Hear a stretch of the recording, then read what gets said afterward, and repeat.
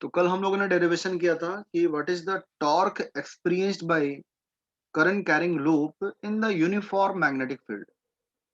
तो आपने देखा वहां पर कि जो भी फोर्स है चारों करंट कैरिंग वायर पर, चारों करंट कैरिंग कंडक्टर पर, जो एक रेक्टेंगुलर लूप बना रहा था, तो वहां पे हर एक फोर्स क्या हो रहा है, कैंसल आउट हो रहा है। तो वहां पे ट्रांसलेटरी मोशन क्या था, जीरो था।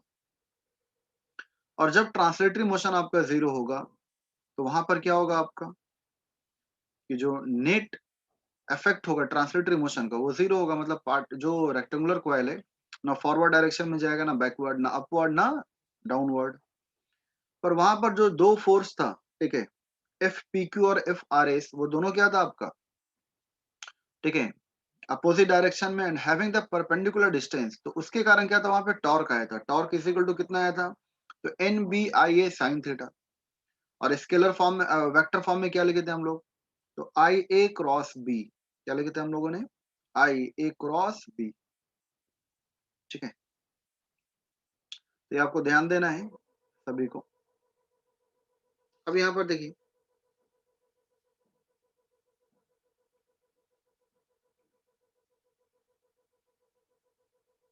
पहले मूविंग कॉइल गैल्वेनोमीटर स्टार्ट करने से पहले उसका थोड़ा सा डायग्राम देखते हैं हम लोग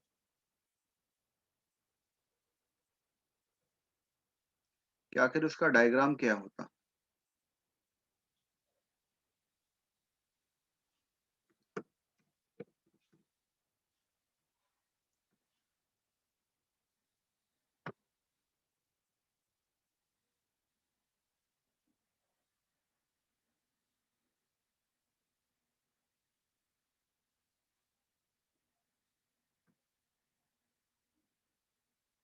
तो डायग्राम दिख रहा है क्या सभी को, बताइए। Yes sir.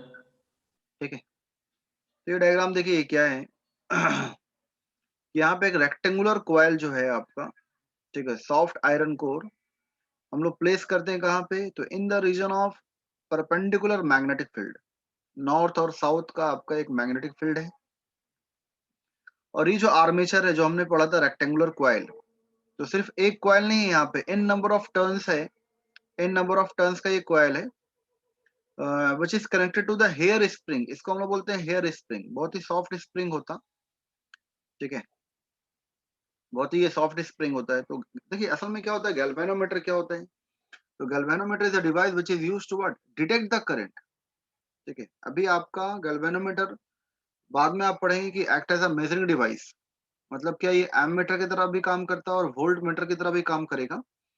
पर अभी आपका सिंपल वे में, सिंपल फॉर्म में आपको जानना है कि गैल्वेनोमीटर क्या होता है। तो जो करंट को पता लगाता है, जैसे अगर किसी वायर में, किसी डिवाइस में करंट मूव कर रहा है, तो अगर हमको वहां पर चेक करना है कि करंट कितना है, तो आप तो हाथ से टच नहीं करेंगे। अगर हो सकता है कि अगर वहां पर हाई मैग्नीट्यूड का करंट फ्लो कर रहा है, ठीक है, 1000 एम्पेयर है, 2000 एम्पेयर है, तो अगर उतना करंट मूव कर रहा है तो हो सकता है कि फिर आपके लिए बहुत ही हार्मफुल होगा वो। ठीक है, बहुत ही डेंजरस होगा फिर वो आपके लिए। तो हमको टच करके पता नहीं लगाना है कि सर्किट में, वायर में, डिवाइस में करंट सर्कुलेट कर रहा है कि नहीं। तो हम वहां पे क्या लगाते हैं, गैल्वेनोमीटर। अगर वहां पे गैल्वेनोमीटर हमने वायर में अटैच कर दिया और गैल्वेनोमीटर में डिफ्लेक्शन हुआ, जो उसका नीडल है, मतलब वहां पे क्या है, करंट है। जैसे ये डिवाइस आप देख सकते हैं ये, ठीक है, यहाँ पे क्या है, एक पॉइंटर है, पाइवोटेड है एक निडल। तो जहां भी करंट हुआ तो वो क्या होगा आपका, वो तुरंत उसमें डिफ्लेक्शन होगा। तो जहां भी उसका निडल डिफ्लेक्ट, मतलब क्या, सर्किट में करंट मूव कर रहा है। और अगर वहां पर निडल में डिफ्लेक्शन नहीं हुआ, मतलब क्या, वहां there is no current in the device और सर्किट। तो गैल्वेनोमीटर क्या एक सेंसिटिव डिवाइस है। थोड़ा भी करंट तो थोड़ा डिफ्लेक्शन, ज्यादा करंट तो ज्यादा डिफ्लेक्शन, बट डिफ्लेक्शन दिखाता है। ठीक है, तो यहाँ पर जो स्प्रिंग है बहुत ही सॉफ्ट होना चाहिए। क्या होना चाहिए, बहुत ही सॉफ्ट। क्यों, क्योंकि थोड़ा भी करंट है तो क्या है आपका, स्प्रिंग मूवेबल होना चाहिए। जैसे जब आर्मेचर मूव कर रहा है, जब उसका निडल मूव कर रहा है, तो ये जो है स्प्रिंग अगर टफ रहेगा, बहुत ही स्ट्रांग, बहुत ही हार्ड स्प्रिंग होगा, तो उसको मूव करने देगा नहीं। तो फिर क्या होगा कि कम अमाउंट में करंट अगर है तो उसमें तो निडल का डिफ्लेक्शन होगा नहीं। तो फिर आपका गैल्वेनोमीटर का मतलब क्या, गैल्वेनोमीटर को हमको दिखाना है कि थोड़ा करंट है या ज्यादा करंट है, आपको वहां पे डिफ्लेक्शन दिखाना है। तो इसलिए बहुत ही ये सॉफ्ट स्प्रिंग रखते हैं, ताकि आपका थोड़ा भी अगर करंट है तो तुरंत डिफ्लेक्शन हो, तुरंत आपका स्प्रिंग मूव करके निडल को डिफ्लेक्ट कर जाए। ठीक है, तो ये सब इसके डायग्राम्स है। मेन डायग्राम ये है कि यहाँ पे जो करंट कैरिंग कॉइल को है, जब हम लोग टॉप व्यू देखते हैं तो वो सर्कुलर बनाते हैं, और इसको हम लोग बोलते हैं रेडियल मैग्नेटिक फील्ड। क्या बोलते हैं? Radial magnetic field. अगर आप रेडियल मैग्नेटिक फील्ड नहीं बनाएंगे तो गैल्वेनोमीटर का कुछ मतलब ही नहीं होगा, गैल्वेनोमीटर वहां पे काम नहीं करेगा। ठीक है, तो ये है आपका एक शॉर्ट इंट्रोडक्शन है आप गैल्वेनोमीटर का। बाकी हम लोग डिटेल में पढ़ते हैं कि आखिर होता क्या है।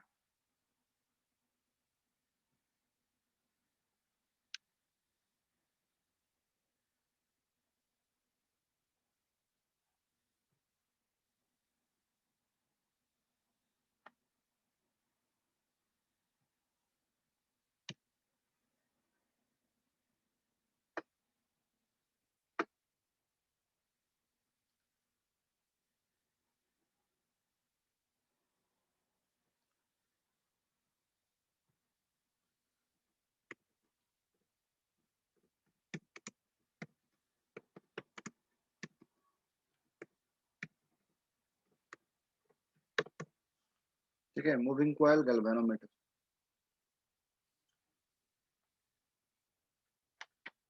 तो सबसे पहले ये है क्या, तो इसके बारे में जानेंगे हम लोग।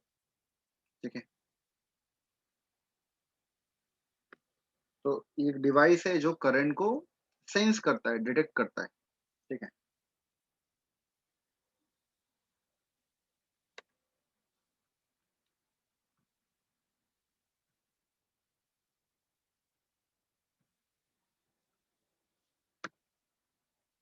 पहला पॉइंट क्या है आपका? फर्स्ट पॉइंट क्या है?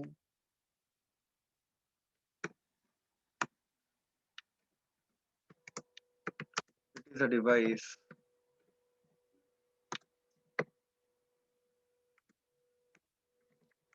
used to detect the current in any circuit or device. Used to detect even a small current. Okay,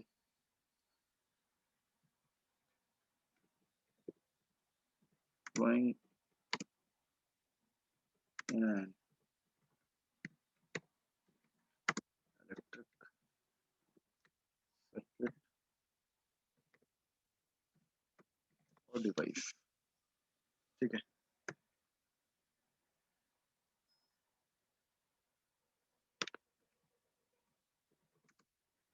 American type galvanometer भी बोलते हैं। क्यों? क्योंकि जो साइंटिस्ट थे इनका इन्वेंशन कैल्विन ने किया था। The moving coil galvanometer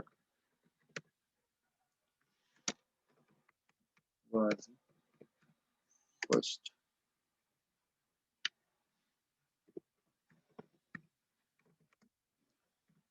the moving coil galvanometer was first invented by Calvin and later on modified by D. Astronable.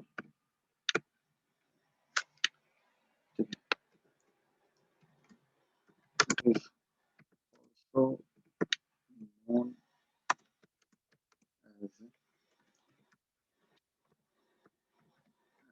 American type galvanometer। ठीक है, तो ये आपका शॉर्ट डिफिनेशन है जो आपको जानना है। कि पहला पॉइंट क्या, it is a device which is used to detect small current flowing in any electric circuit और device. And the moving coil galvanometer किसने इन्वेंट किया? तो इन्वेंटेड बाय द कैल्विन। और जो इसका मॉडिफिकेशन है अमेरिकन साइंटिस्ट डी आर्सोनेवल। तो इसलिए इसका जो डिवाइस का नाम है, ठीक है, इसको बोलते हैं अमेरिकन टाइप गैल्वेनोमीटर भी। तो अगर आपका एमसीजी मूविंग कॉइल गैल्वेनोमीटर की जगह अगर आपका ये आता है अमेरिकन टाइप गैल्वेनोमीटर भी, तो आपको डिफिनेशन यही लिखना है। ठीक है, डिफिनेशन आपको यही लिखना है कि क्या होता है। तो it is a device which is use to detect small current flowing in any electric circuit. ये डिटेक्ट करता है, मेजर नहीं करता, वर्ड याद रखना अभी। अभी सिंपल जो इसका एप्लीकेशन है, प्रिंसिपल है मूविंग कॉइल गैल्वेनोमीटर को, वो डिटेक्ट करता है। मेजरिंग कब करता है, जब इसमें आप मॉडिफिकेशन कब करेंगे तब। ठीक है, तो वो भी लाइन लिखते रहे। ठीक है, तो दूसरा पॉइंट ये है कि अगर आप मॉडिफिकेशन करते हैं, मॉडिफिकेशन के बारे में हम लोग बाद में पढ़ेंगे कि एमीटर की तरह कब काम करेगा और ये वोल्ट मीटर की तरह कब काम करेगा। आप इसमें लिख सकते हैं क्या,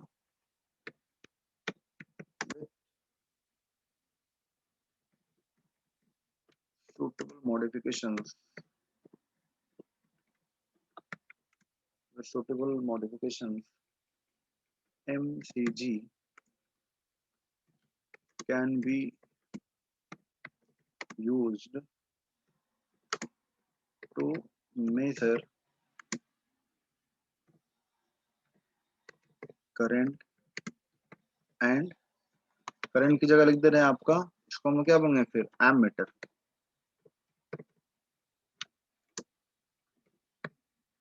एंड पोटेंशियल डिफरेंस,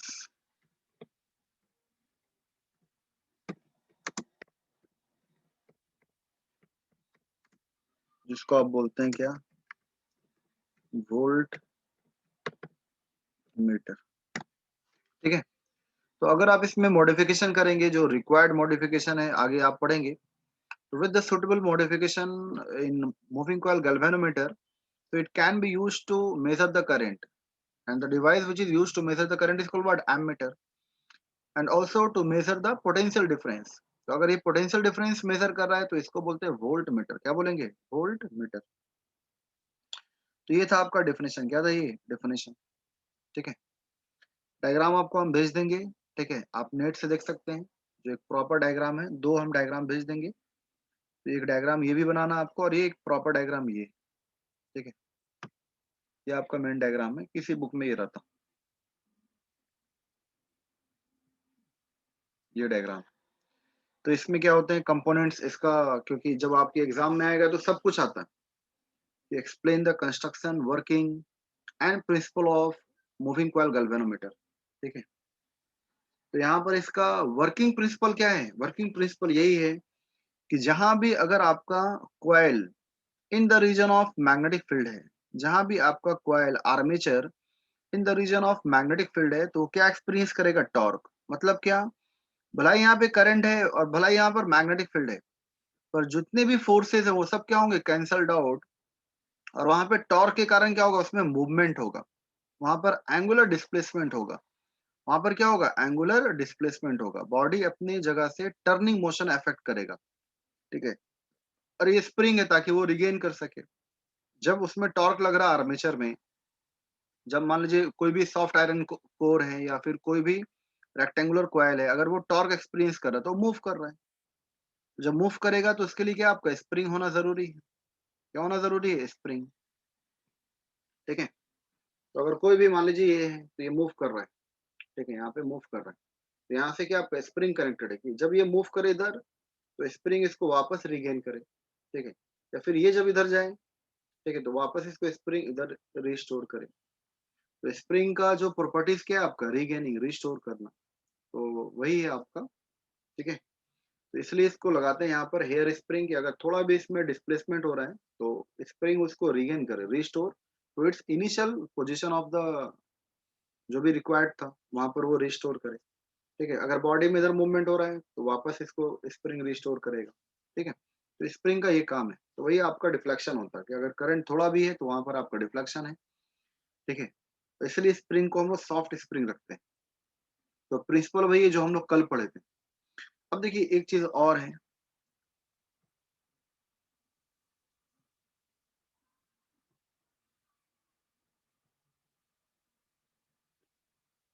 ठीक है,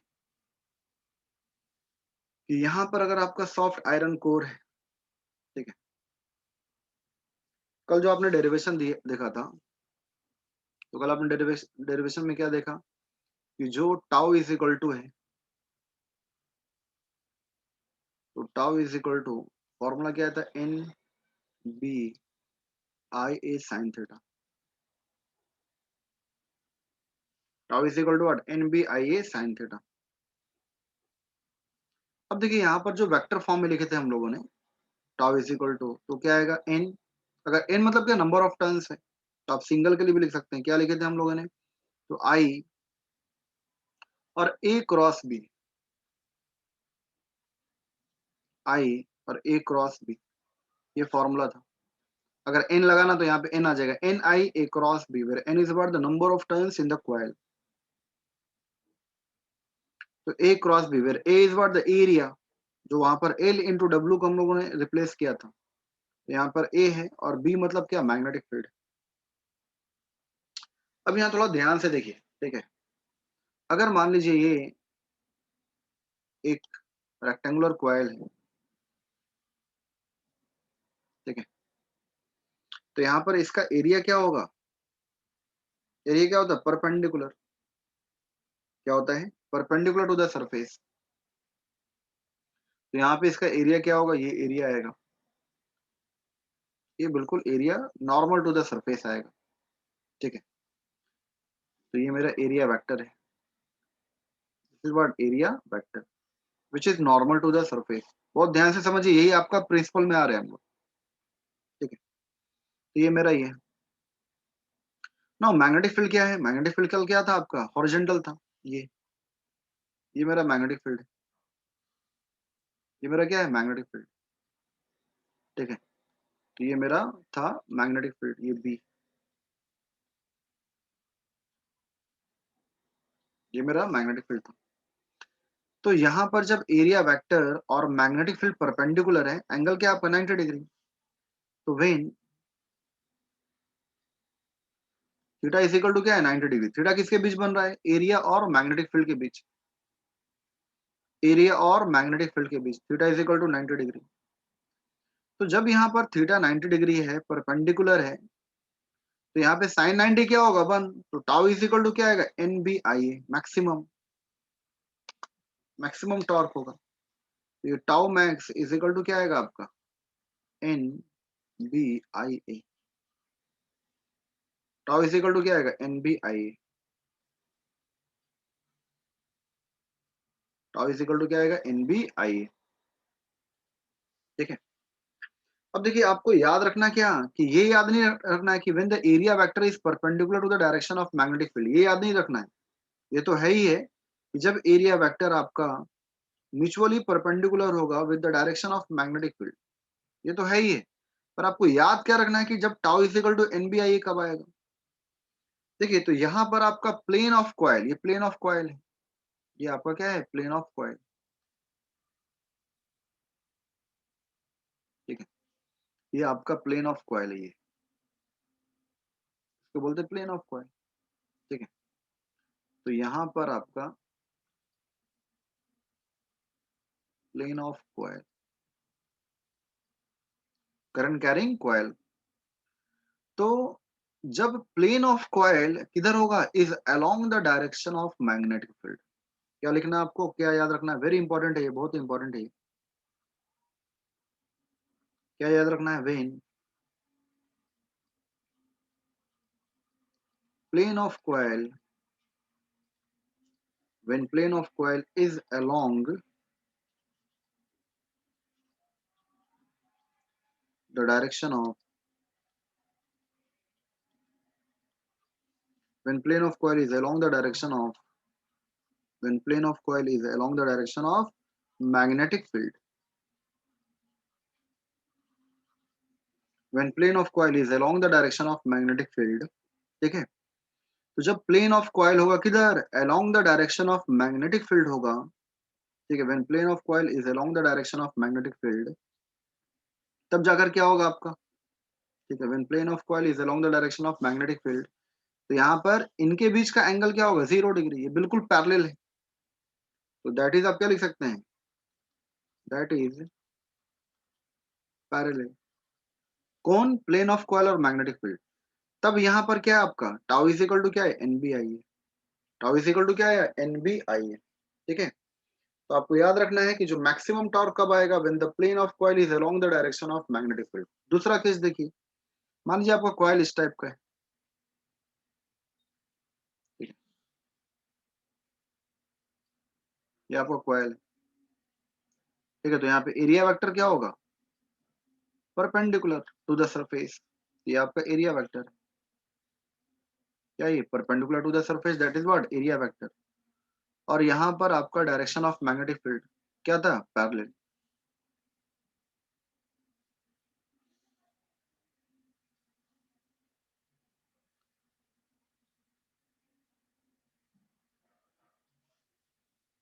ठीक है, तो ये मेरा मैग्नेटिक फील्ड है, ये मेरा क्या है, magnetic field. And this is what area vector, और ये मेरा मैग्नेटिक फील्ड। तो कल जो हम लोगों ने डेरिवेशन लिया था उसमें मैग्नेटिक फील्ड क्या था आपका, हॉरिजॉन्टल था, नॉर्थ से साउथ।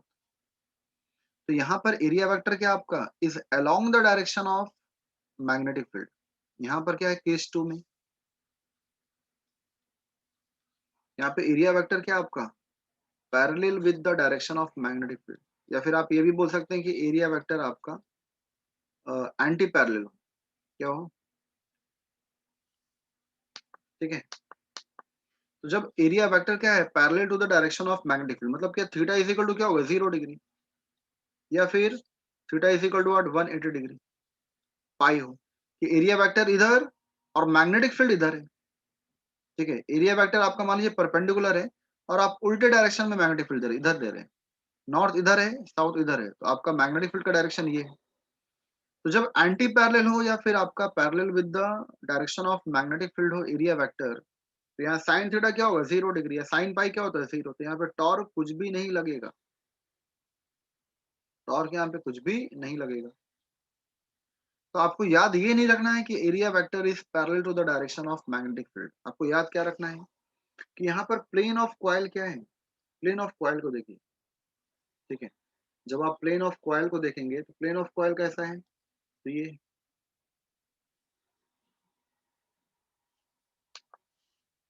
ठीक है,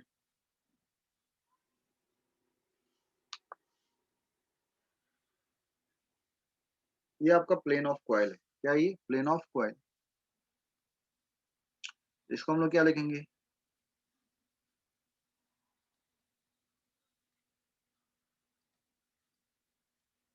मेरा plane of coil.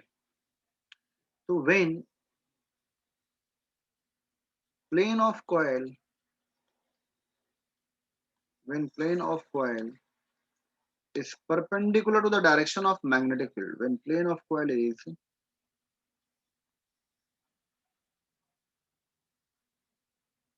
when plane of coil is perpendicular to the direction of magnetic field,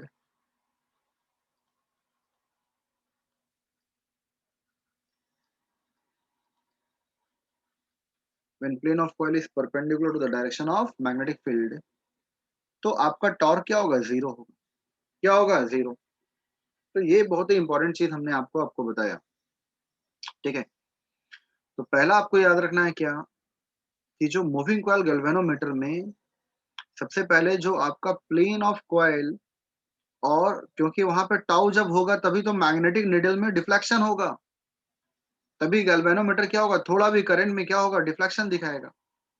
अगर मान लीजिए आपका करंट है और गलती से आपका प्लेन ऑफ कॉइल ऐसा हो गया, perpendicular to the direction of magnetic field हो गया, perpendicular to the direction of magnetic field हो गया, तो यहाँ पर क्या होगा आपका, वहां तो टॉर्क 0 होगा। जब टॉर्क 0 है तो वहां पर कुछ भी निडल में डिफ्लेक्शन नहीं आएगा। ठीक है, इसलिए गैल्वेनोमीटर में जो हम लोग कंस्ट्रक्शन में जो प्लेन ऑफ जो कॉइल बनाएंगे, वो हर वक्त क्या होगा, हर वक्त क्या होना चाहिए मेरा, कि मैग्नेटिक फील्ड की तरफ हो।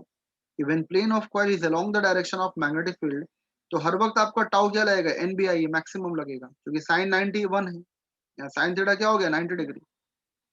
और फिर आपका थोड़ा भी करंट रहे या ज्यादा करंट रहे, तुरंत आपका डिफ्लेक्शन शो करेगा। तो ये मेरा गैल्वेनोमीटर का प्रिंसिपल है। ठीक है, कि जो भी करंट कैरिंग कॉइल है दैट एक्सपीरियंस द टॉर्क, पर हर वक्त टॉर्क नहीं लगेगा, ये भी गलत है। क्योंकि यहाँ भी आपका ये करंट कैरिंग कॉइल है, यहाँ भी करंट मूव कर रहा, आई यहाँ भी है, पर और मैग्नेटिक फील्ड भी यहाँ पर है, पर दिक्कत क्या हुआ, कि जो इसका एरिया वेक्टर है वो पैरेलल हो गया मैग्नेटिक फील्ड के। मतलब क्या, when the plane of coil is perpendicular to the direction of magnetic field जब हो गया, तो यहाँ पे तो टॉर्क लग ही नहीं रहा है, जबकि यहाँ भी करंट है, यहाँ भी करंट कैरिंग लूप है, कॉइल है, और यहाँ भी मैग्नेटिक फील्ड है, पर यहाँ पे टॉर्क 0 होगा, तो करंट आप कितना भी दीजिए, गैल्वेनोमीटर यहाँ पे डिफ्लेक्शन नहीं दिखाएगा। डिफ्लेक्शन कब दिखाएगा, जब आपका मैग्नेटिक फील्ड और प्लेन ऑफ कॉइल क्या हो, ठीक है, एक ही डायरेक्शन में हो। ठीक है, तो ये आपको याद रखना है, ये आपको याद रखना है। ठीक है, अब देखिए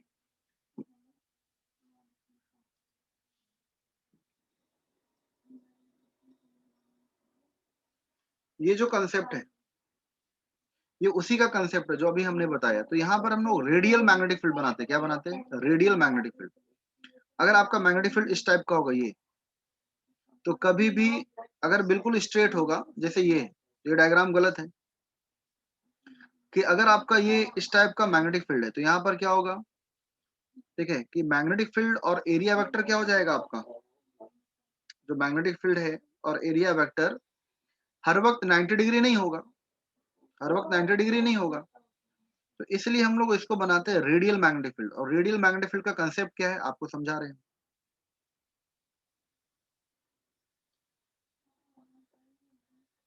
ठीक है, तो रेडियल मैग्नेटिक फील्ड का क्या कंसेप्ट है,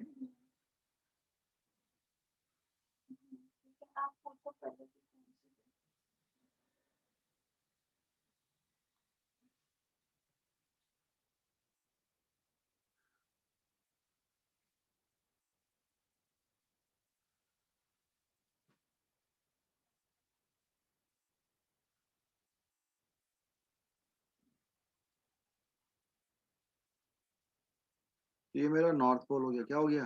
नॉर्थ पोल। अब यहाँ पर हमने क्या बनाया आपका साउथ पोल।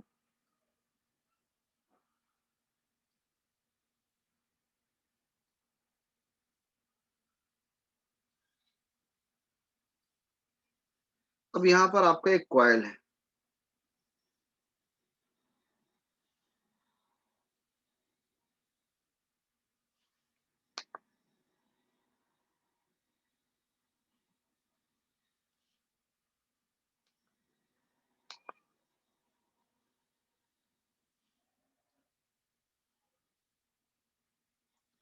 ठीक है। अब यहाँ देखिए, सबसे पहले मैग्नेटिक फील्ड का डायरेक्शन क्या होगा, तो यहाँ आपको समझना पड़ेगा कि मैग्नेटिक फील्ड ये है और ये है, तो ये नॉर्थ पोल है और ये क्या आपका साउथ पोल है। अब मैग्नेटिक फील्ड क्या हो गया, नॉर्थ से निकलेगा, जैसे ये मान लीजिए यहाँ पर है, तो नॉर्थ से निकलता साउथ में क्या होगा, टर्मिनेट होगा। यहाँ से निकलेगा, यहाँ क्या होगा, टर्मिनेट होगा। ठीक है, यहाँ से निकलेगा तो यहाँ क्या होगा, टर्मिनेट होगा। यहाँ से निकलेगा तो यहाँ क्या होगा, टर्मिनेट होगा। अब मान लीजिए आपका कॉइल मूव करके यहाँ पर आ गया। आपका जो कॉइल है, ठीक है, टॉप व्यू देख रहे हैं, जैसे आप कोई भी कॉइल है, मान लीजिए ये कॉइल था आपका, रेक्टेंगुलर कॉइल, याद है करंट कैरिंग कॉइल था इसमें। ठीक है, जब आप ऊपर से देखेंगे तो ये दिखेगा, ये वाला पार्ट। जब आप ऊपर से देखेंगे तो ये वाला पार्ट दिखेगा, है कि नहीं। तो यहाँ पर क्या है, मान लीजिए मूव करके यहाँ पर आया, तो ये आपका क्या है, करंट कैरिंग लूप है। अब देखिए यहाँ पर क्या आपका प्लेन ऑफ कॉइल ये है और यहाँ मैग्नेटिक फील्ड भी है। तो अभी जस्ट आपको बताएं कि when the plane of coil is along the direction of magnetic field, when the plane of coil is along the direction of magnetic field, तो टाउ क्या लगेगा, एनबीआई। टाउ क्या लगेगा, एनबीआई। ठीक है, मान लीजिए कॉइल मूव करके ऐसा आ गया, टॉर्क लग रहा है, मूव करके यहाँ पर आया, तो यहाँ भी क्या आपका, यहाँ भी मैग्नेटिक फील्ड है और यहाँ भी मैग्नेटिक फील्ड है। तो when plane of coil is along the direction of magnetic field, तो यहाँ भी टाउ क्या होगा, एनबीआई। मान लीजिए आपका जो आर्मेचर है मूव करके ऐसा हो गया, जो करंट कैरिंग लूप है, जो करंट कैरिंग कॉइल है, मूव करके यहाँ पर आया, तो यहाँ भी आपने मैग्नेटिक फील्ड बना दिया। तो यहाँ भी क्या आपका मैग्नेटिक फील्ड बी, और ये प्लेन ऑफ कॉइल है। तो जब भी plane of coil is along the direction of magnetic field होगा, जब भी plane of coil is along the direction of magnetic field होगा, तो वहां पे टाउ क्या लगेगा, एन बी आई। टाउ क्या लगेगा, एन बी आई। टाउ क्या लगेगा, एन बी आई। अब देखिए यहाँ पर आर्मेचर मूव कर रहा है, यहाँ पर जो करंट कैरिंग कॉइल है, करंट कैरिंग लूप है, वो मूव कर रहा है। तो स्प्रिंग क्या चाहेगा, रिस्टोर। तो यहाँ पे लीनियर नहीं हो रहा है कि अगर ये आपका स्प्रिंग है और ये ब्लॉक है तो F is equal to minus K X. क्यों, क्योंकि एक्स मतलब क्या, लीनियर डिस्प्लेसमेंट। जैसे आपने फोर्स लगाया, स्प्रिंग में एलोंगेशन हुआ, एक्सपेंशन हुआ, या स्प्रिंग में कंप्रेशन हुआ, स्प्रिंग इधर आ रहा है, कंप्रेस कर रहा है, तो यहाँ पर जो रिस्टोरिंग फोर्स होता है क्या होता है, just opposite to the direction of displacement. ठीक है, just opposite to the direction of elongation या कंप्रेशन। तो अगर स्प्रिंग इधर एक्सपैंड हो रहा है तो रिस्टोरिंग फोर्स क्या होगा, इधर टुवर्ड्स मीन लगेगा।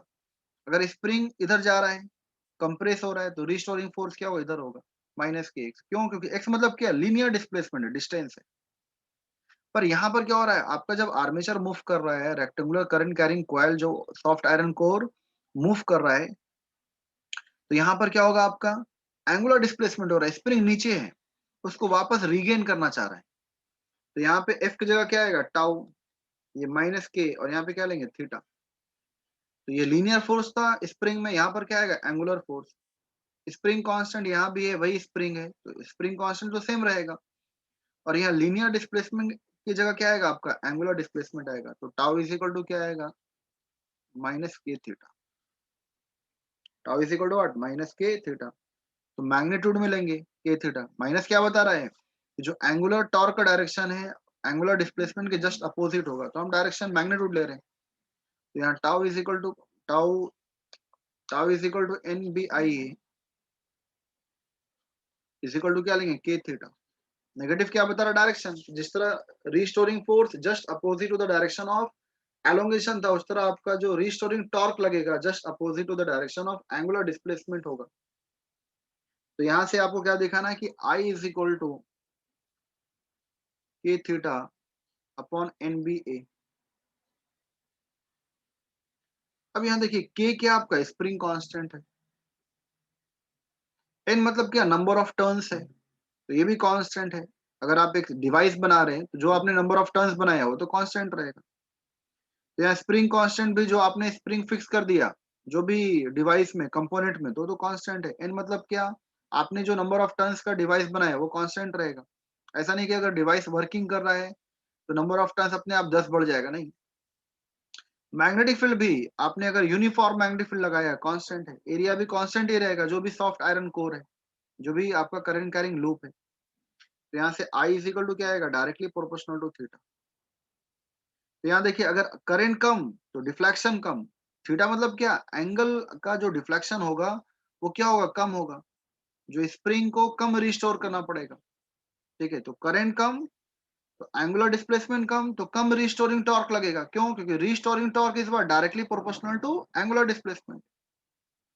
और अगर करंट ज्यादा है तो जो गैल्वेनोमीटर में डिफ्लेक्शन होगा वो क्या होगा, ज्यादा होगा, उसका जो नीडल है वो ज्यादा डिफ्लेक्ट करेगा। तो करंट कम तो इसका सेंसिटिविटी कम रहेगा, डिफ्लेक्शन कम होगा। करंट ज्यादा तो डिफ्लेक्शन ज्यादा होगा। और ज्यादा डिफ्लेक्शन मतलब क्या, ज्यादा रिस्टोरिंग टॉर्क लगेगा वहां पर। तो यही आपका मूविंग कॉइल गैल्वेनोमीटर है। और ये जो कांस्टेंट है आपका के अपॉन एन बी ए, जब डायरेक्टली प्रोपोर्शनल हुआ तो ये कांस्टेंट आएगा के अपॉन एन बी ए। तो इसको हम लोग बोलते हैं गैल्वेनोमीटर कांस्टेंट। क्या बोलते हैं हम लोग, गैल्वेनोमीटर कांस्टेंट, ये कैपिटल जी बोलते हैं इसको। ठीक है, तो capital G is equal to what, spring constant K upon N B A, spring constant, ठीक है, अपॉन एन बी ए। ठीक है, तो ये बहुत इंपॉर्टेंट था। तो यहाँ से क्या आ जाएगा आपका, I is equal to what, G theta, where capital G is what, galvanometer constant, और गैल्वेनोमीटर कांस्टेंट क्या आपका, के अपॉन एन बी ए, के अपॉन एन बी ए। तो गैल्वेनोमीटर क्या एक डिवाइस है जो करंट को सेंस करता है, डिटेक्ट करता। प्रिंसिपल क्या है, तो जहां भी करंट कैरिंग लूप रहेगा, कहां पर, मैग्नेटिक फील्ड में, तो वहां पर टॉर्क लगता है। ये पहला प्रिंसिपल। दूसरा प्रिंसिपल क्या है जो हम बताएं आपको, ठीक है, दूसरा प्रिंसिपल क्या है जो हमने आपको बताया है, क्या, कि जब भी आपका प्लेन ऑफ कॉइल होगा along the direction of magnetic field, ठीक है, प्लेन ऑफ कॉइल होगा along the direction of magnetic field, तो वहां पे मैक्सिमम टॉर्क लगता है। तो इसके लिए हम लोग क्या बनाते हैं, रेडियल मैग्नेटिक फील्ड। इस टाइप का मैग्नेटिक फील्ड नहीं होगा, ऐसा ऐसा ऐसा नहीं होगा, ये रेडियल बनाते हैं, ताकि हर पॉइंट पे जहां भी आर्मेचर मूव करे, जहां भी कॉइल मूव करे, वहां पर मेरा मैग्नेटिक फील्ड प्रेजेंट हो। क्यों, ताकि मेरा उस आर्मेचर का, उस कॉइल का प्लेन और मैग्नेटिक फील्ड का डायरेक्शन हर जगह क्या हो, सेम हो जाए, पैरेलल हो जाए। और जब ऐसा होगा तो वहां पे टॉर्क क्या लगेगा, मैक्सिमम लगेगा। टॉर्क क्या लगेगा, मैक्सिमम। तो आज के लिए इतना ही रखिए, ठीक है। आपके लिए अभी जो हम पढ़ाए वो नोट्स भेज रहे हैं, और हम गैल्वेनोमीटर का भी नोट्स भेज रहे हैं आपको, ठीक है। जो आपको डायग्राम बनाना है, परफेक्ट डायग्राम बनाना है, तो आपको भेजा जा रहा है।